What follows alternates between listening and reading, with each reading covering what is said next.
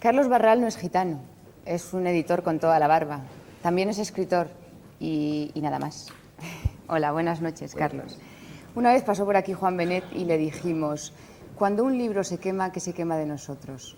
Juan Benet contestó muy escuetamente, papel. ¿Tendrías algo que añadir a esto? Bueno, depende de si el libro tiene algo que ver con nosotros. La mayoría de los libros no tienen nada que ver con la mayor parte de nosotros. Margarita Riviere, como su propio nombre indica, está en la plantilla de un periódico que se llama El Periódico. Perdonen ustedes estos pequeños juegos de palabras, pero salen. Hola, Margarita ya estuvo una vez en nuestro programa y parece ser que le gustó porque ha reincidido. Aquí tienes a Carlos Barral para hacerle una entrevista. Muy bien. Empieza. Empiezo. Te has olvidado una cosa. ¿Qué? Que este hombre, además de ser poeta y escritor, es editor.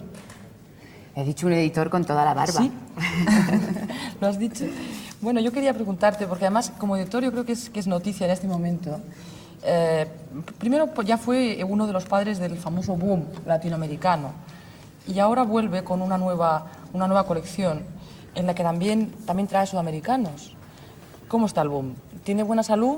¿Qué tienen los sudamericanos que no tengamos los españoles en cuestión de lenguaje? Bueno, el boom fue una coincidencia de circunstancias tan diversas como la Revolución Cubana, el hecho de que existiese una generación de escritores con voluntad de renovación del estilo y de la manera de decir en América Latina, el hecho de que a mí me interesase la literatura latinoamericana en aquel momento y de que fuese oportuna esa especie de fusión entre las dos literaturas, española y ultramarina, del ámbito de la lengua. Pero el boom ya no existe, quiero decir, los grandes escritores que lanzó el boom han hecho cada uno una carrera particular, se han disgregado, se han dispersado, y esas circunstancias que hicieron ese fenómeno pues han cesado. Han cesado, pero tú, de todas maneras, tú también fuiste de alguna manera padre de otro boom, el que podríamos llamar el boom de las memorias. Como sabrás, Carlos es uno de los que ha hecho renacer otra vez el género de las memorias. Tus dos libros de memorias realmente fueron, yo creo que importantes, ¿no? Entonces, estas memorias realmente se entienden. Así como tu poesía han dicho que era muy culta y tú eres un poco maniático de lo oculto, te gusta más lo oculto que lo popular, de alguna manera quizás odias más la televisión de lo que puedes aparentar, o el cine. Estos libros de memorias, ahora hay un boom tremendo. ¿Tú crees que a la gente qué le interesa de las memorias? ¿El chisme? ¿Le interesa la experiencia vital, la forma de explicarlo, el lenguaje? Bueno, las memorias son y no son un género literario importante. Cuando son voluntad de expresión, son un género literario; cuando son voluntad de información, son otra cosa que se parece más al periodismo.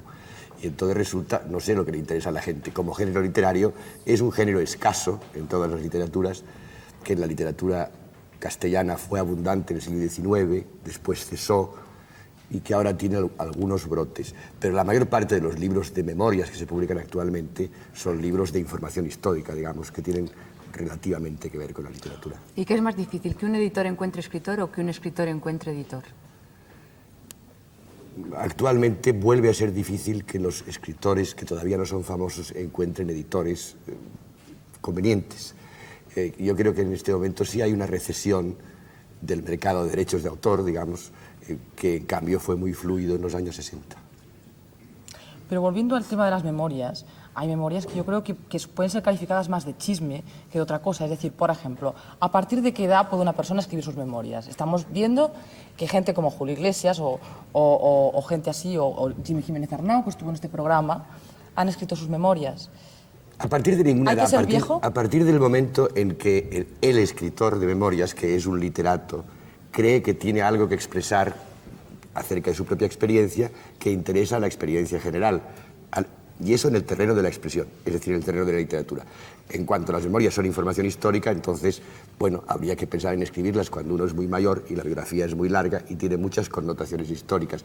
No es lo mismo la memoria de un literato que la memoria de un protagonista histórico. La memoria de un protagonista histórico, bueno, depende en sí de la experiencia histórica. La de un literato no, depende más bien de su capacidad de reflexión sobre la vida.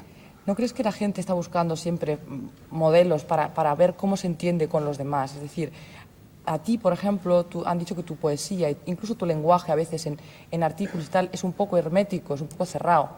¿A ti te interesa que se te entienda? Lo que ocurre es que el lenguaje no se controla. Quiero decir que el lenguaje tiene la riqueza que tiene según la personalidad lingüística de cada escritor. Haga lo que haga, escriba lo que escriba. Y no puede escribir con menos lenguaje del que normalmente configura su manera de pensar. Es completamente imposible.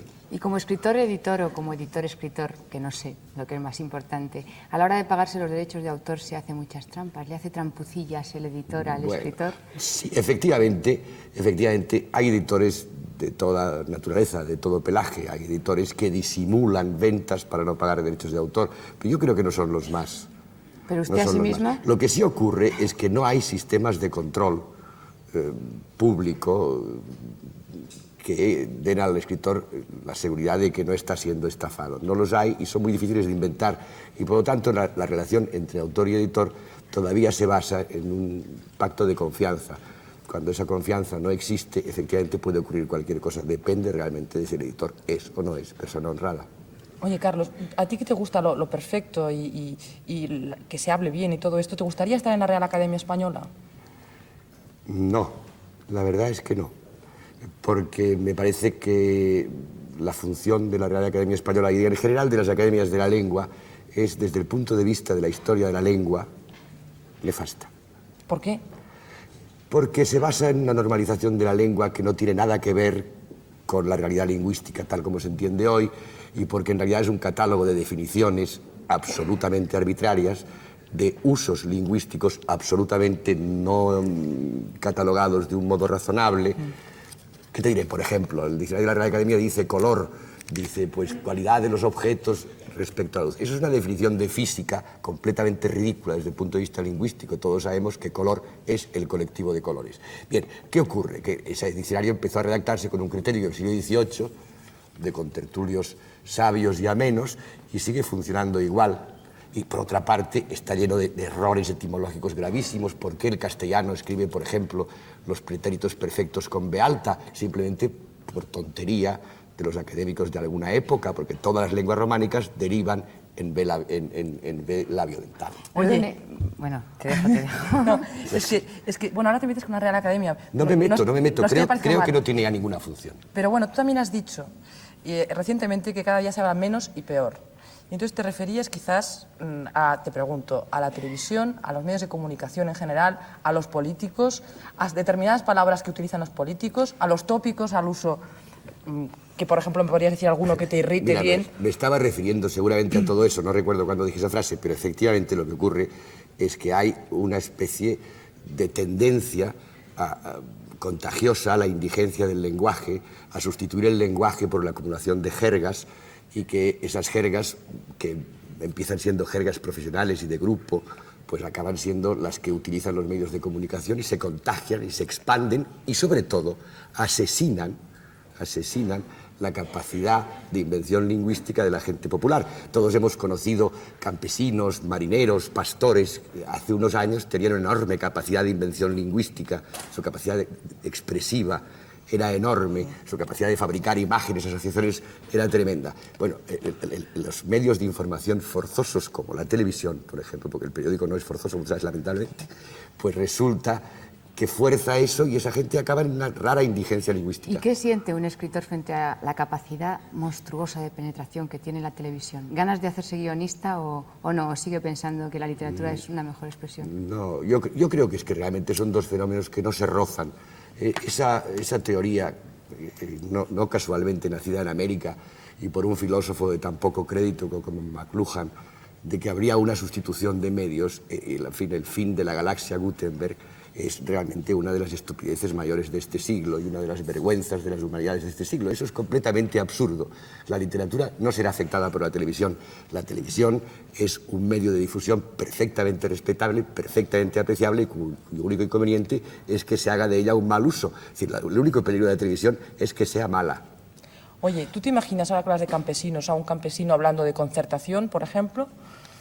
Esto es un vocabulario inventado por los políticos, concretamente por Calvo Sotelo.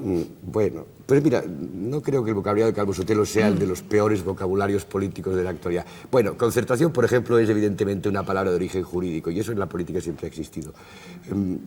es un feo vocablo. ¿Qué opinas por ejemplo, del lenguaje del mogollón, del enrollarse, del pasotismo, bueno, estas palabras nuevas? Esa vez es una jerga inofensiva. Bueno, eso es una defensa realmente que tiene una clase que son la clase de los jóvenes, catastrofados los oídos por el ruido agresivo y con muy pocas ganas de hablar y que se expresan con muy pocas palabras. Eso es una jerga completamente inofensiva. Las jergas ofensivas son las profesionales. Lo horrible es que se hable de tema a nivel de...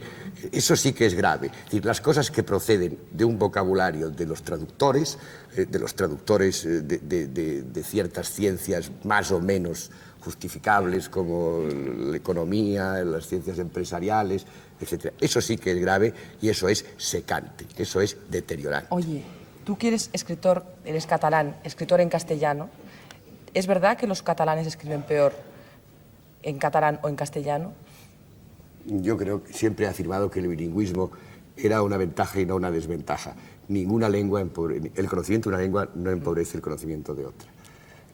Eso es una cuestión. Otra es que la lengua literaria no se escoge, sino que viene determinada por la biografía del individuo. Es decir, cada individuo tiene una personalidad lingüística y aunque conozca muchas lenguas, cosa que es muy común en los escritores, realmente su capacidad de invención y por lo tanto su capacidad de expresión reside en una lengua sola. Perdone, señor Barral, yo veo muy pocos trabajadores manuales, campesinos, torneros, albañiles que se dejan barba. ¿Es realmente la barba un signo externo de intelectualidad? No, la barba es una moda. Bueno, en tiempos de nuestros abuelos, por lo menos de los míos, que soy mayor, pues se decía que solo se afeitaban los curas y los criados. Después se afeitó todo el mundo. Probablemente era un contagio de esa especie de tarzanismo o de higienismo norteamericano. Después la barba ha vuelto, pero sí, efectivamente, empezó siendo un signo de protesta social. Bueno, yo por ejemplo, recuerdo cuando yo me dejé barba en el año 53, por ejemplo, donde era raro no solamente en España, sino en todas partes, y era constantemente injuriado por la calle, con chistes o con peor intención. Bueno, muchas gracias a los dos. Esta ha sido la entrevista de Carlos Barral y Margarita Rivière.